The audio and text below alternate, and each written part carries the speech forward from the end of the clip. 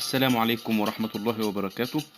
سوف نبدأ بإذن الله المراجعة النهائية في مادة التوحيد المقررة على سنة تانية لكلية الشريعة الإسلامية. الجزء الأول للدكتور خالد دويدار، والجزء الثاني سيكون خاصا بالدكتور أحمد كساب. بسم الله. نبدأ. أول سؤال: إذا جاء لك في الامتحان عرف النبوة والرسالة مع ذكر الفرق بينهما، وما حكم إرسال الرسل؟ سوف نجيب على هذا السؤال بهذه الطريقة. بالنسبة إلى تعريف النبوة والرسالة، في تعريف النبوة والرسالة عندنا عند أهل السنة وعندنا عند الفلاسفة. فعند أهل السنة تعريف النبوة ينفصل أو يختلف عن تعريف الرسالة.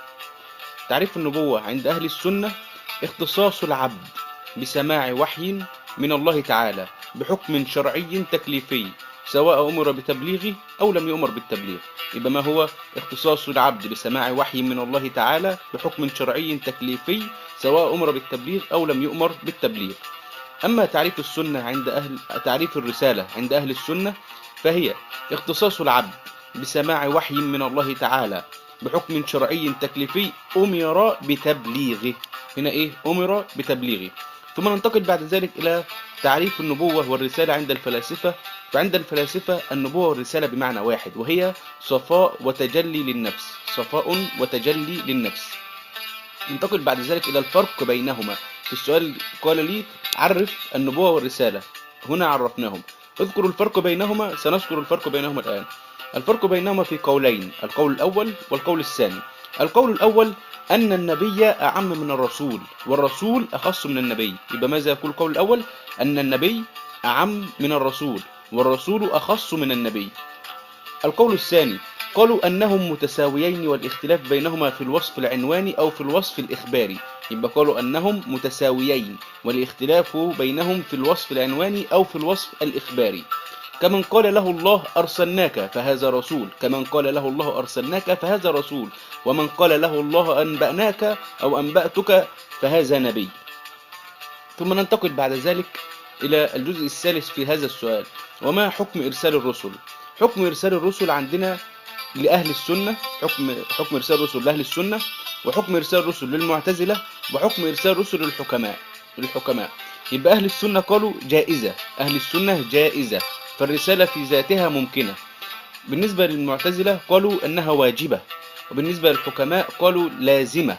يبقى إيه؟ أهل السنة قالوا جائزة، والمعتزلة قالوا واجبة، والحكماء قالوا لازمة. ثم ننتقل بعد ذلك إلى السؤال الثاني: من صفات الرسل الصدق، التبليغ بما أمروا به، الفطانة، الأمانة والعصمة. عرف كل واحدة من هذه الثلاثة مع ذكر الدليل على وجوب كل صفة للأنبياء. هما 5 صفات، سيأتي لك في الامتحان 3 منهم بإذن الله. الإجابة على هذا السؤال بالطريقة الآتية: سنأخذ الصفة الأولى وهي صفة الفطانة. ما تعريفها وما الدليل عليها؟ صفة الفطانة التعريف هي حدة العقل وذكائه، هي حدة العقل وذكائه. والدليل أن الرسل لو لم يتصفوا بالفطانة لاتصفوا بضدها، وهي البلادة، والبلادة محال. هنا قد انتهينا من صفة الفطانة. ننتقل بعد ذلك إلى صفة تبليغ ما أمروا به. تعريف تبليغ ما أمروا به: التعريف إيصال الرسل صلوات الله وسلامه عليهم ما أمرهم الله عز وجل به من التكليف للبشر بوحدانية الله عز وجل. الدليل: لو لم يتصف الرسل بالتبليغ لاتصفوا بالكتمان، والكتمان في حقهم محال لأنه محرم بنص شرعي. فهناك أدلة من القرآن وأدلة من السنة. نبدأ بالسنة. قال النبي صلى الله عليه وسلم في حديثه: من كتم علما ألجمه الله بلجام من نار يوم القيامة. وهذا دليل على حرمانية كتمان التبليغ أو كتمان العلم. أما بالنسبة الدليل من القرآن: أعوذ بالله من الشيطان الرجيم. إن الذين يكتمون ما أنزلنا من البينات والهدى من بعد ما بيناه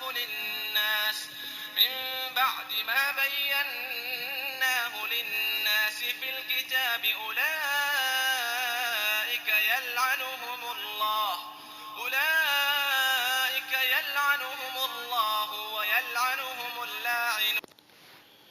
ثم بعد ذلك ننتقل إلى صفة السلامة مما تشمئز منه الأنفس. التعريف: السلامة من كل عيب خلقي وخلقي، وهذا أعم التعريفات لأنه يشمل جميع الصفات التي تتكلم عنها أو التي نتكلم عنها.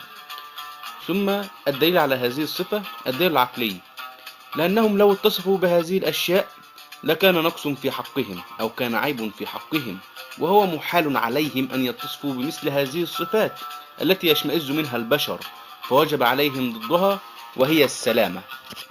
ثم ننتقل بعد ذلك إلى صفة الأمانة والعصمة.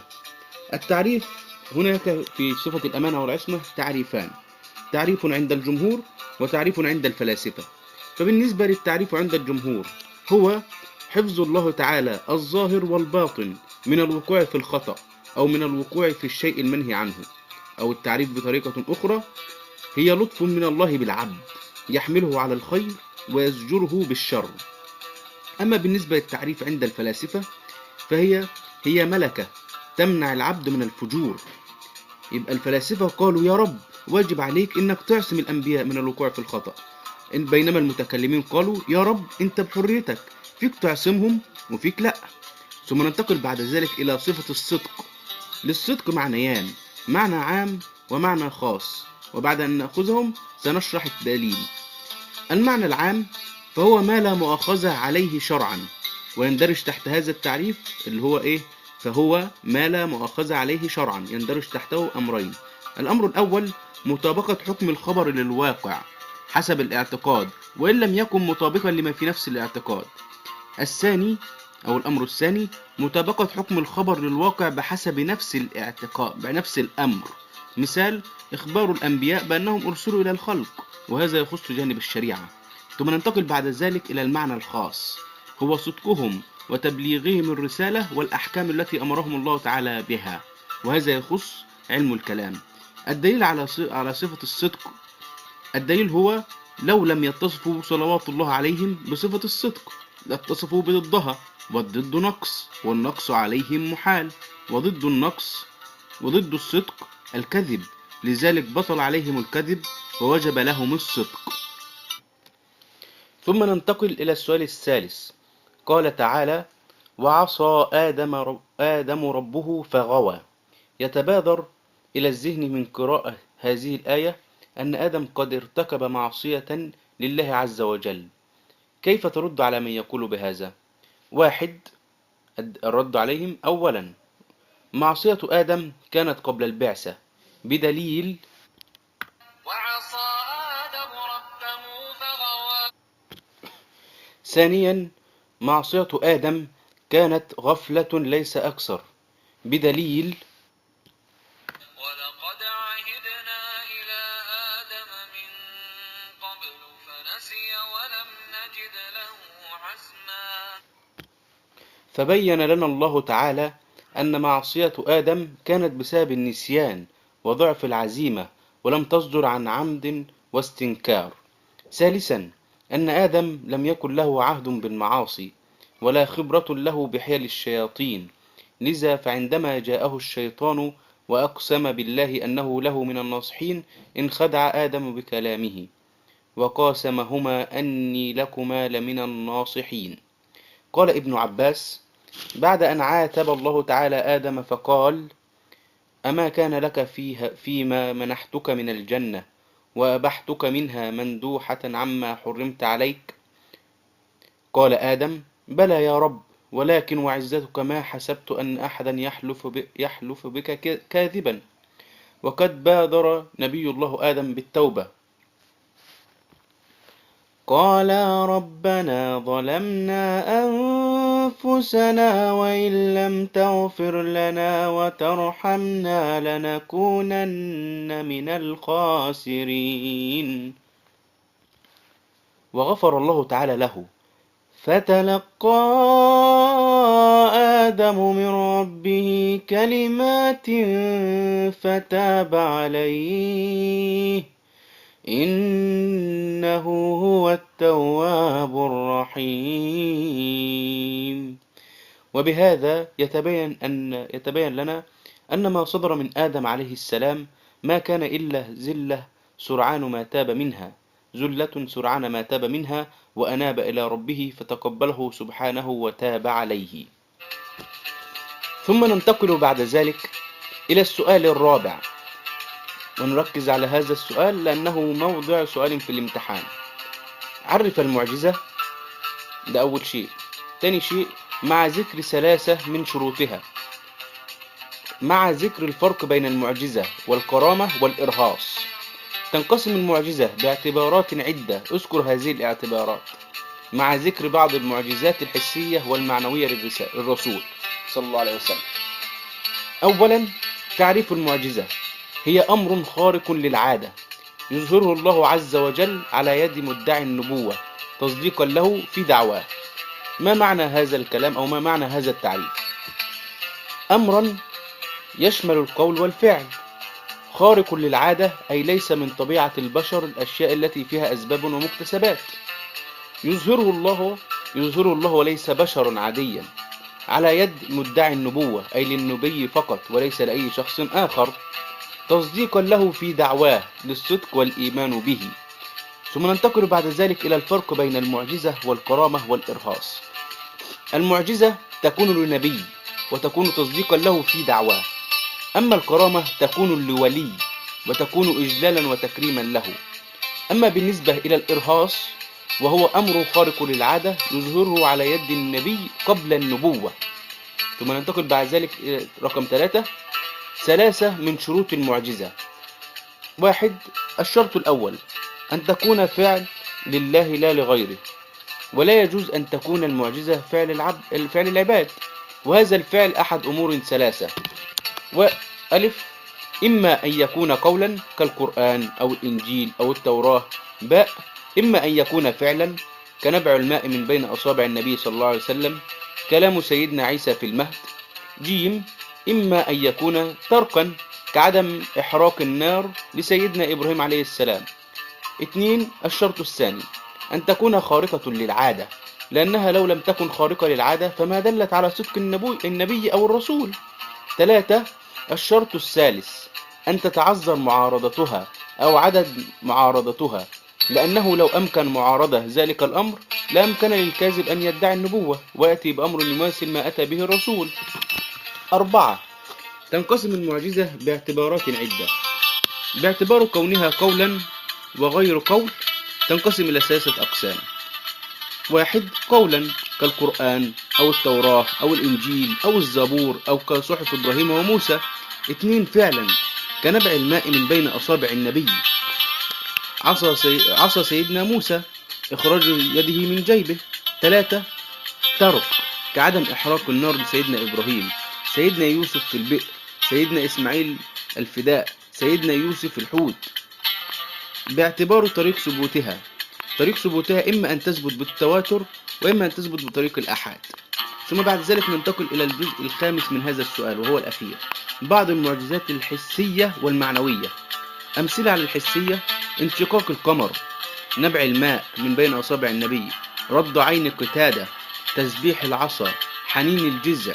معجزات النبي عدها بعض العلماء 1000 معجزة. أمثلة على المعنوية: الأحاديث التي صح نقلها عن النبي صلى الله عليه وسلم.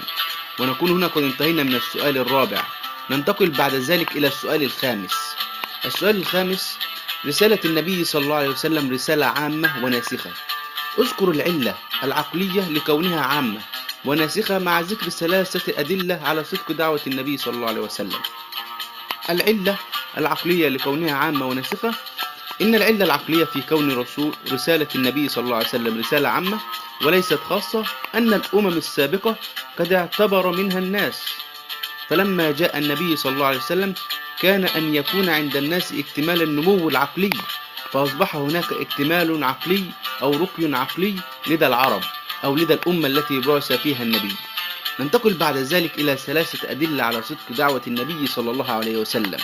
والدليل الأول: وما أرسلناك إلا رحمة للعالمين. الدليل الثاني: يقول: وما أرسلناك إلا كافة للناس بشيرا ونذيرا